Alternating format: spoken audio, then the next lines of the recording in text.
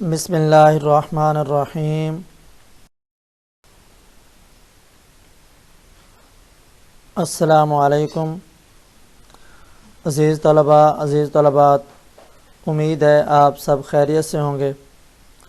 آج ہم جماعت نام فیڈرل بورڈ کا اردو پیپر پیٹرن کے بارے میں بات کریں گے، جو فیڈرل بورڈ کے عین مطابق اور ایبسیک سسٹم کے تحت جو لاسٹ ٹائم پیپر ہوا تھا یا اب پیپر ہونے ہیں، تو اسی کے مطابق آپ کی رہنمائی کے لیے یہ ویڈیو بنائی گئی ہے۔ اردو کے کل نمبر 75 ہوتے ہیں۔ سوال نمبر 1 میں مروزی سوالات اور باقی سوالات کی تفصیل وہ بیان کی جائے گی۔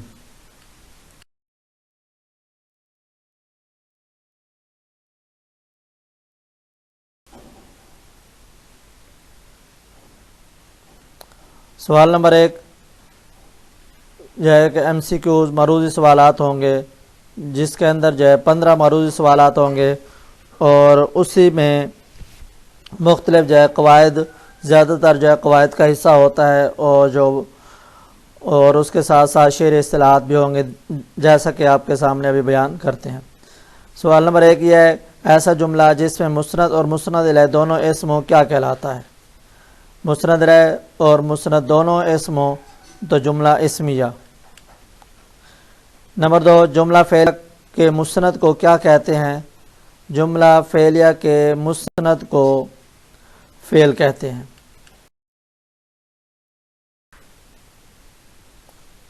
مندرجہ ذیل میں سے کس لفظ کے معنی ادھار لینا کے ہیں؟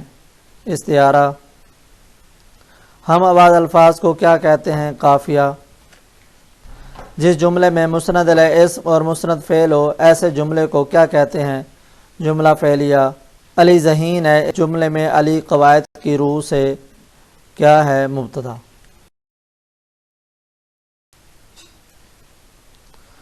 قواعد کا وہ حصہ جس میں مرکب جملوں اور عبارتوں سے بحث کی جاتی ہے۔ نحو۔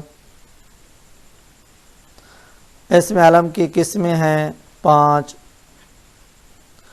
وہ اسم جو کسی خوبی کی وجہ سے قوم کی طرف سے دیا جائے کہلاتا ہے لقب۔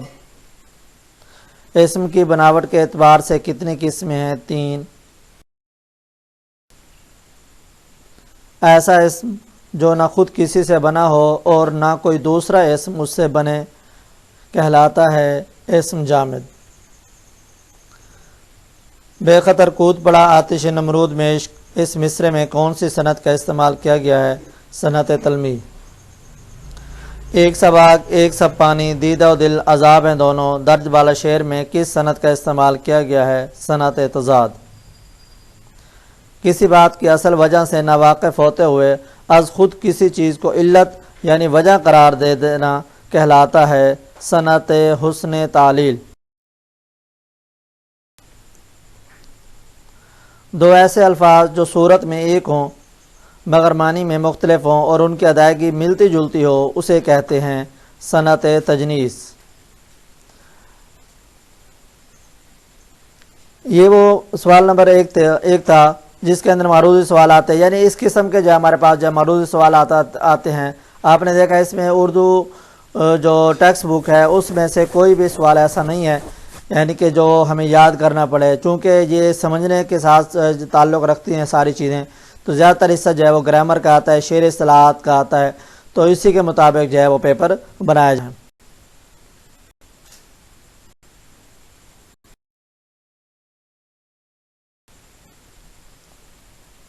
اس کے بعد ہمارے پاس حصہ دوم ہے۔ حصہ دوم کے اندر کل نمبر 34 ہوتے ہیں۔ اب پہلے یہ تھا سوال نمبر 2 تھا 1 تھا، اب سوال نمبر 2 ہے حصہ ناصر۔ درج ذیل عبارت کو غور سے پڑھیے اور نیچے دیے گئے کوئی سے 8 سوالات کے جوابات تحریر کریں۔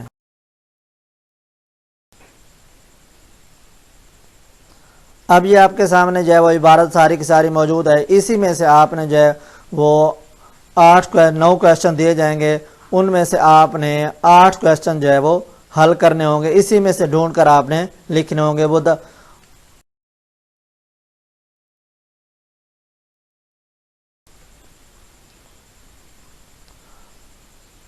پہلا سوال ہے آپ صلی اللہ علیہ وسلم کس مزاج کے مالک تھے؟ سوال نمبر 2، آپ صلی اللہ علیہ وسلم کس کام میں پہل کرتے تھے؟ آپ صلی اللہ علیہ وسلم کے بات سننے کا انداز کیا ہے؟ آپ صلی اللہ علیہ وسلم کے زانوں کبھی ہم نشینوں سے آگے نہ نکلے ہوتے تھے، جملے کی وضاحت کریں۔ آپ صلی اللہ علیہ وسلم کی گفتگو کا انداز کیسا تھا؟ خاطر شکنی سے کیا مراد ہے؟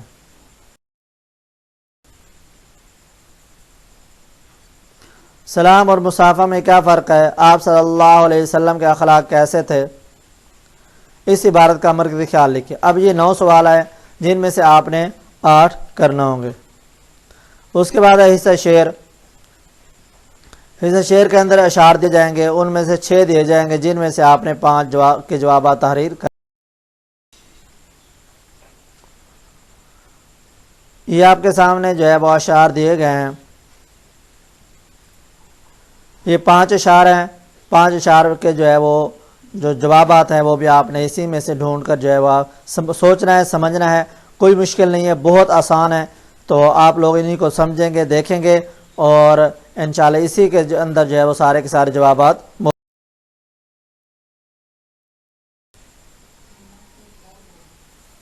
کن کی نظروں میں کس کی شوکت جچتی نہیں؟ سوال نمبر 2، کس چیز سے سبق اندوز ہونا چاہیے؟ اضطراب کی حالت میں شاعر کس کے در پر جاتا ہے؟ عمر دراز کیسے بسر ہوئی؟ شاعر کس کی راہ میں خاک ہو کر مر جانا چاہتا ہے؟ شاعر کی نظر میں کس کا جلال بس رہا ہے؟ یہ 6 سوالات ہیں۔ 6 سوالات میں سے آپ نے 5 سوالات حل کرنے ہوں گے جس کے آنسر جوابات آپ نے دینے ہوں گے۔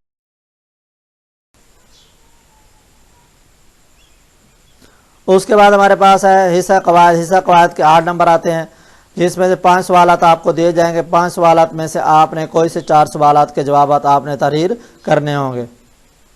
نمبر 1، استعارہ کے لغوی اور اصطلاحی تعریف مثال کی وضاحت کے ساتھ کریں، یعنی استعارہ کے لغوی معنی بیان کریں، اصطلاحی تعریف بیان کریں اور کوئی ایک مثال دے کر اس کی وضاحت کریں کہ کون کون سی چیزیں استعارہ کے اندر پائی جاتی ہیں۔ منقبت اور قصیدے میں کیا فرق ہے؟ آپ نے ان کی تعریفیں کر کے اور اس کے اندر جو ہے فرق بتا دینا ہے کہ فرق اس میں کیا ہے۔ مطلع کی تعریف کریں اور ایک مثال دیں۔ مطلع کی تعریف آپ وضاحت کے ساتھ پڑھ چکے ہوں گے اور اس کی جو ہے وہ مثال بھی کوئی ایک شعر جو ہے وہ آپ اس کے اندر پیش کر سکتے ہیں جو مطلع ہو۔ سوال نمبر 4 ہے، مصرع اور بند میں کیا فرق ہوتا ہے؟ اس کے اندر بھی تعریف کریں گے اور اس کے اندر جو فرق واضح کر دیں گے۔ جملہ فعلیہ کی تعریف اور مثال سے اس کی وضاحت کریں۔ تو یہ 5 سوالات ہوں گے۔ 5 سوالات میں سے کوئی سے آپ نے 4 سوالات حل کرنے ہوں گے۔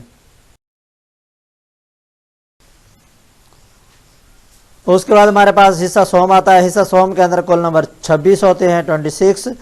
اس کے اندر جو ہے تشریح کرنا ہوتی ہے۔ اب دیکھیں درج ذیل عبارت میں سے کسی ایک جز کی تشریح کریں۔ آپ کو عبارت دی جائے گی، عبارت کے اندر آپ نے اس عبارت کی تشریح کرنا ہوگی۔ یہ دیکھیں یہ آپ کے سامنے عبارت موجود ہے، اس کے آپ اپنے الفاظ میں جو ہے وہ تشریح کریں گے، وضاحت کریں گے۔ کوٹیشن اس کے اندر کوئی آتی ہے وہ آپ لکھیں گے، کوئی حدیث کا حوالہ آتا ہے یا جو ہے اس کے اندر کوئی اشعار آتے ہیں تو آپ وہ بھی لازمی اس کے اندر لکھیں گے تاکہ آپ ایک اچھی طرح جو ہے وہ وضاحت کر سکیں اور تاکہ جو ممتحن ہے، جو پیپر چیک کرنے والا ہے، اس پر اچھا اثر ڈال سکیں۔ یہ 2 عبارات دی جائیں گی اور 2 عبارت میں سے کسی ایک جزء کی آپ نے تشریح کرنا ہوگی۔ وہ الف جز تھا، اب یہ بے جز ہے۔ بے جز میں سے جو بھی آپ کریں گے اس کے اندر وہ آپ اسی کا جو ہے وہ حوالہ دیں گے۔ الف جز ہے تو الف کا حوالہ دیں گے اور بے ہے تو بے کا حوالہ دے دیں گے۔ پورا پیراگراف لکھنے کی آپ کو ضرورت نہیں ہے۔ سوال نمبر 4 ہے، کسی ایک نظمیہ جز کی تشریح کریں۔ 2 جو ہے وہ جز دیے جائیں گے نظم کے اور یعنی کہ 2 اشعار ہوں گے۔ 2 اشعار کی آپ نے تشریح کرنا ہوگی۔ جز الف ہوگا اور جز بے ہوگا۔ دیکھیں آپ کے سامنے 2 شعر ہیں، 2 شعروں میں سے یہ دونوں شعر کرنے ہوں گے الف جز کے اندر، اور اسی طرح بے جز ہے، بے جز کے اندر بھی آپ نے 2 جز کی 2 اشعار کی تشریح کرنا ہوگی۔ یوں نہیں ہوگا کہ دونوں میں سے ایک ایک اٹھا کے کریں گے، نہیں بلکہ یوں تشریح کریں گے، پہلے الف پورے کو کریں گے یا جو بے جز پورے کو کریں گے۔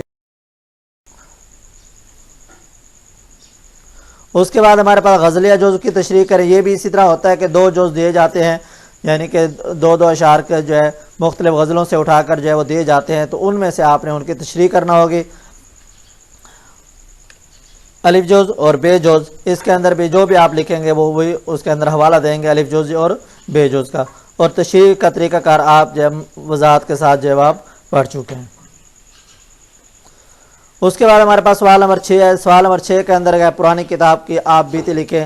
آپ بیتی کی وضاحت کے لیے جو ہے آپ کو ایک الگ جو ہے وہ آپ کو ایک ویڈیو پہ بنا دی جائے گی، جس کے اندر جو ہے آپ کو بتا دیا جائے گا آپ بیتی لکھتے کیسے ہیں، کیا کیا چیزیں اس میں لکھنا ہوتی ہیں، کیسے شروع کرتے ہیں اینڈ کیسے کرتے ہیں. یہ ساری چیزیں آپ کوئی بھی آپ کو ایک عنوان دے دیا جائے گا، کتاب ہے، سائیکل ہے، موٹر سائیکل ہے، مکان ہے، کوئی بھی چیز ہے، تو اس کے بارے میں آپ بیتی لکھیں گے. یہ نمبر 6 تھا اور اس کے نمبر ہوتے ہیں 5.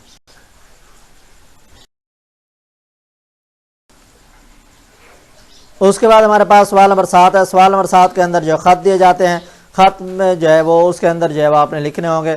اس کے اندر جو ہے وہ کوئی بھی خط آپ کو دے دیا جائے گا. جیسے ہمارے سامنے یہ خط موجود ہے، اپنی بہن کے نام خط لکھیں جس میں اسے اپنے ساتھ موسم گرما کی تعطیلات گزارنے کی دعوت دیں. یہ سوال نمبر 6 یہ سوال نمبر 7 ہوتا ہے اور 6 نمبر کا جو سوال ہوتا ہے. تو یہ ہمارے کل ٹوٹل نمبر جو بن جاتے ہیں وہ 75 نمبر بن جاتے ہیں. اسی کا یہی پیپر ہوتا ہے.